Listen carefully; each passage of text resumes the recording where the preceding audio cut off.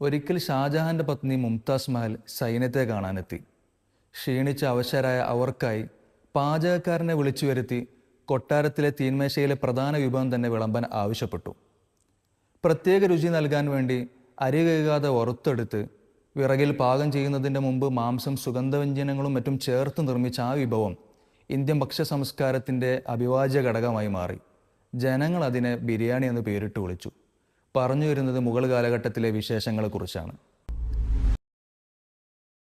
സാമൂഹികവും സാംസ്കാരികവും കലാസാഹിത്യ വാസ്തുവിദ്യാ രംഗത്ത് വലിയ അടിത്തറ തന്നെയാണ് മുഗൾ കാലഘട്ടം സമ്മാനിച്ചിട്ടുള്ളത്. ജോർജ് ഓർവെൽ അഭിപ്രായപ്പെട്ടതുപോലെ, നിങ്ങളൊരു സമൂഹത്തിനെ ഇല്ലായ്മ ചെയ്യാൻ ഉദ്ദേശിക്കുന്നുവെങ്കിൽ, നിങ്ങളൊരു സമൂഹത്തെ പൂർണ്ണമായി നശിപ്പിക്കാൻ ഉദ്ദേശിക്കുന്നുവെങ്കിൽ അവരുടെ ചരിത്രത്തെ നിങ്ങൾ നശിപ്പിച്ചു കളയുകയാണെന്ന പ്രസ്താവനയോട് തീർത്തും നീതി പുലർത്തുന്ന സമീപനമാണ് 2014 ശേഷം അധികാരത്തിലേറിയ ഭരണകൂടവും ഭരണഘടനാ സ്ഥാപനങ്ങളും ചെയ്തു പോരുന്നത്. ആരായിരുന്നു മുഗൾ രാജവംശം? ഇന്ത്യയിൽ ആയത്തിൽ വേരായെത്തിയ മുഗൾ സംസ്കാരത്തെയും മുഗൾ നിർമ്മിതികളെയും കേവലം പാഠപുസ്തകങ്ങളിൽ നിന്നും ചരിത്രത്തിൽ നിന്നും അടർത്തി മാറ്റിയതുകൊണ്ട് മായ്ച്ചു കളയാൻ സാധിക്കുമോ? പരിശോധിക്കാം.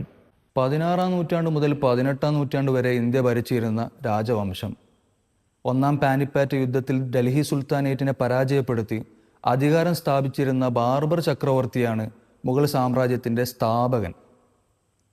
ഹുമയൂണിന് ശേഷം അധികാരത്തിലെത്തിയ അക്ബർ ചക്രവർത്തിയുടെ ഭരണത്തോടെയാണ് മുഗൾ കാലഘട്ടത്തിൻ്റെ സുവർണകാലം ആരംഭിക്കുന്നത്.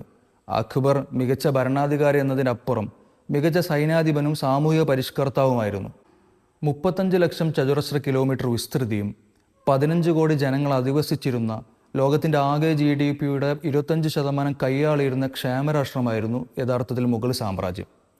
പ്രശസ്ത ഇന്ത്യൻ ചരിത്രകാരിയും സാമ്പത്തിക വിദഗ്ധയുമായിട്ടുള്ള ഷിരീൻ മൂസവിയുടെ പഠനങ്ങൾ പ്രകാരം 16-ാം നൂറ്റാണ്ടിൻ്റെ അവസാനത്തോടുകൂടി കൃഷി, ഖനനം തുടങ്ങിയ ഉൾക്കൊള്ളുന്ന പ്രാഥമിക മേഖല പ്രൈമറി സെക്ടർ 52% വളർച്ചയും മാനുഫാക്ചറിങ്ങും ഇൻഡസ്ട്രിയൽ ആക്ടിവിറ്റീസും ഉൾക്കൊള്ളുന്ന ദ്വിതീയ മേഖല 18% വളർച്ചയും, എന്നാൽ വ്യാപാരം, ബാങ്കിങ്, ആരോഗ്യം തുടങ്ങിയ ഉൾക്കൊള്ളുന്ന ടെറിട്ടറി സെക്ടർ 29% വളർച്ചയും കൈവരിച്ചിരുന്നു.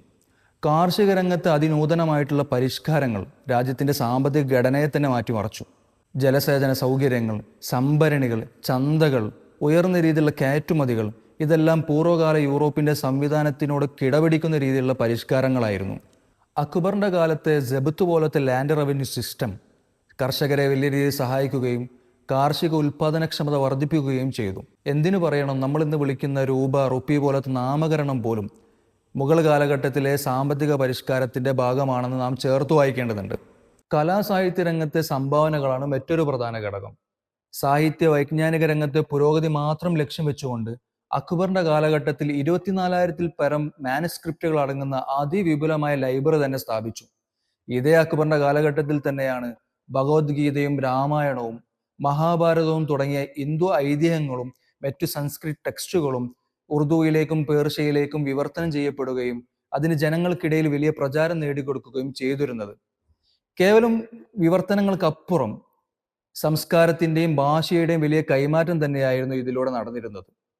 ഉർഫി ഷിറാസിയും താലിബ് അംലയും അബുൽ ഫضലും മുഗൾ കാലഘട്ടത്തിലെ സാഹിത്യകാരന്മാരിലെ പ്രധാനികളാണ്. സുഗമമായ വ്യാപാരത്തിനും കാര്യക്ഷമമായ ഭരണനിർവഹണത്തിനും ഉതകുന്ന അർബൻ പ്ലാനിംഗ്, കാർഷിക രംഗത്തെ പുരോഗതി ലക്ഷ്യം വെച്ചിട്ടുള്ള ഹൈഡ്രോളിക് സിസ്റ്റങ്ങൾ, രാജ്യത്തിന്റെ സുരക്ഷ മുൻനിർത്തിയിട്ടുള്ള മിലിറ്ററി ഇന്നോവേഷനുകൾ എടുത്തു പറയേണ്ടവയാണ്. ഇസ്ലാമിക ശരീഅത്തിനനുസരിച്ച് ഭരണം നിർവഹിക്കുമ്പോഴും രാജ്യത്തിന്റെ ഇതര സമുദായങ്ങൾക്ക് അവരുടെ കസ്റ്റമറി ലോ അനുസരിച്ച് ജീവിക്കാനുള്ള അവകാശം മതേതര കാഴ്ചപ്പാടിന്റെ വലിയ ഉദാഹരണമാണ്.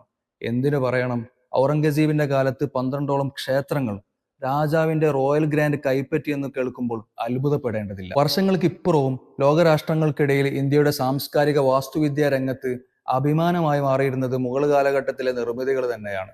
അതിന്റെ ഏറ്റവും വലിയ ഉദാഹരണമാണ് യുനെസ്കോയുടെ ലോകാത്ഭുത പട്ടികയിൽ 7-ാം സ്ഥാനത്ത് നിലയുറപ്പിച്ച താജ്മഹൽ എന്ന മനോഹര നിർമ്മിതി.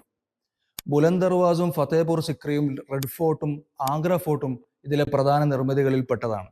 എന്നാൽ കേന്ദ്ര സാംസ്കാരിക മന്ത്രാലയം പാർലമെന്റിന് മുമ്പാകെ സമർപ്പിച്ച രേഖകൾ പ്രകാരം വർദ്ധിച്ചു വരുന്ന വിനോദസഞ്ചാരികളുടെ എണ്ണവും അതിലൂടെ രാജ്യത്തിന് ലഭിക്കുന്ന സമ്പത്തിന്റെ വണ്ണവും അത്ര വേഗം മുഗൾ സംഭാവനകളെയും സംസ്കാരത്തെയും നിർമ്മിതികളെയും അവരുടെ ചരിത്രശേഷിപ്പുകളെയും മറവിക്ക് വിട്ടുകൊടുക്കൽ അസാധ്യമാണെന്ന് ഊന്നി പറയുന്നുണ്ട്. 1632 മുതൽ 48 വരെയുള്ള കാലയളവിൽ ഷാജഹാൻ മുംതാസിന് വേണ്ടി നിർമ്മിച്ച താജ്മഹൽ ടിക്കറ്റ് വിൽപ്പനയിലൂടെ മാത്രം രാജ്യത്തിന് നൽകിയത് 536.62 കോടി രൂപയാണ്. സൗത്ത് ഡൽഹിയിൽ സ്ഥിതി ചെയ്യുന്ന കുത്തബ് മിനാർ രാജ്യത്തിന് നൽകിയതാവട്ടെ 63.51 കോടി രൂപയാണെങ്കിൽ മഹാരാഷ്ട്രയിൽ സ്ഥിതി ചെയ്യുന്ന റാബിയ ദുറാനിയുടെ ഖബർസ്ഥാൻ രാജ്യത്തിൻ്റെ ഖജനാവിലേക്ക് നൽകിയത് 68.51 കോടി രൂപയാണെന്ന് നാം ചേർത്തി വായിക്കേണ്ടതുണ്ട്.